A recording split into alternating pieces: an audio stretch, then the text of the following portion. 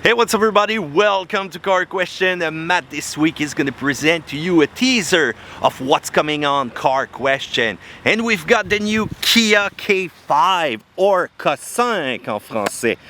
Do you love this car? By the way, that design is just impressive. I really love what they have done with it. Look at the LED light, that aggressive line. This is a car which is replacing the Kia Altima. Really love the design, those lines, wow. And let's get to the rear quickly. This is the K5 GT-Line all-wheel drive, and talking about a unique car, this is completely incredible. And let's get to the interior, because as usual, Kia is getting more and more into that luxury territory. But I have a great question for you guys. What do you like more, a sport utility vehicle or a sedan?